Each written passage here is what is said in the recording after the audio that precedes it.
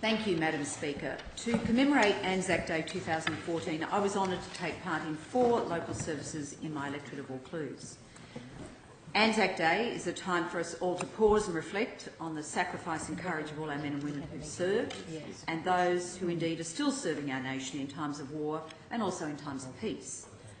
We mark this important day, the anniversary of the Australian-New Zealand Army Corps' first landing on the Gallipoli Peninsula in 1915.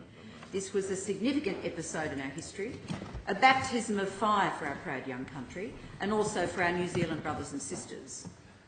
At each of the local services I attended for Anzac Day 2014, I was joined by members of our community in Vaucluse, of all ages and all backgrounds, including veterans and serving members of the ADF, and joined in large numbers, I should say, this year to honour our proud Anzac tradition.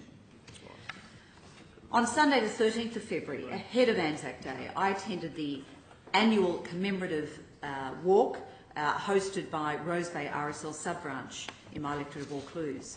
A warm congratulations to Rosemary Stockley, who's the Secretary of the sub-branch, for organising this event yet again. And although the weather did prevent our usual parade along New South Head Road to the Rose Bay War Memorial, the commemoration was no less moving a tribute. At the commemoration, I was joined by Federal Member for Wentworth, the Honourable Malcolm Turnbull MP, and Woollahra Mayor Tony Zeltzer. The Pipes and Drums Band from the Scots College added a wonderfully stirring musical dimension to the commemoration, as they do each year. On Anzac Day itself, I joined around 3,000 people gathered at the North Bondi War Memorial at the base of North Bondi RSL for their dawn service.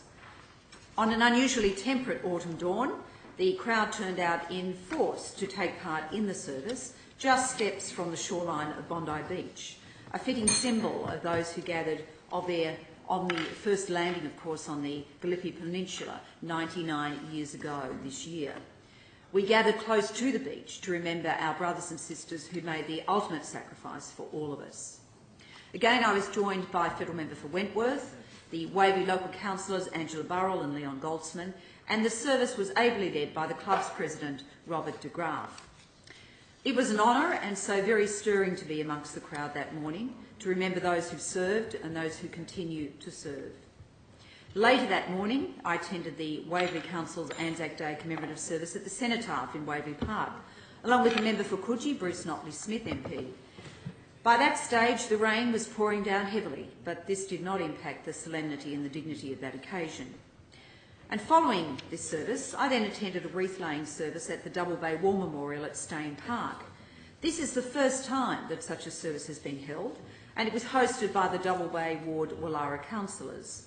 It was a small and intimate gathering, and I was very proud to see the repairs and new concrete curbing on display, which was made recently possible through the New South Wales Community War Memorials Fund.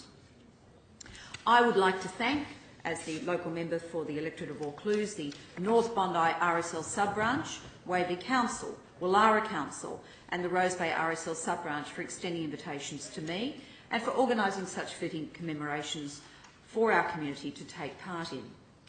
We had cause to remember so much that day, including the brave sacrifices that were made for the peace and safety of our whole community. Finally, Madam Speaker, I look forward to attending the Russian branch of the New South Wales Association of Jewish Ex-Servicemen and Women Memorial Service for Victory Day on this Friday, the 9th of May, to commemorate the 68th anniversary of the victory in World War II, indeed again at the Waverley Park Cenotaph. This service is jointly hosted by the Russian branch, Waverley Council and the Russian-Speaking Association and the Russian weekly newspaper called Horizon. Lest we forget, I commend my private statements to the House.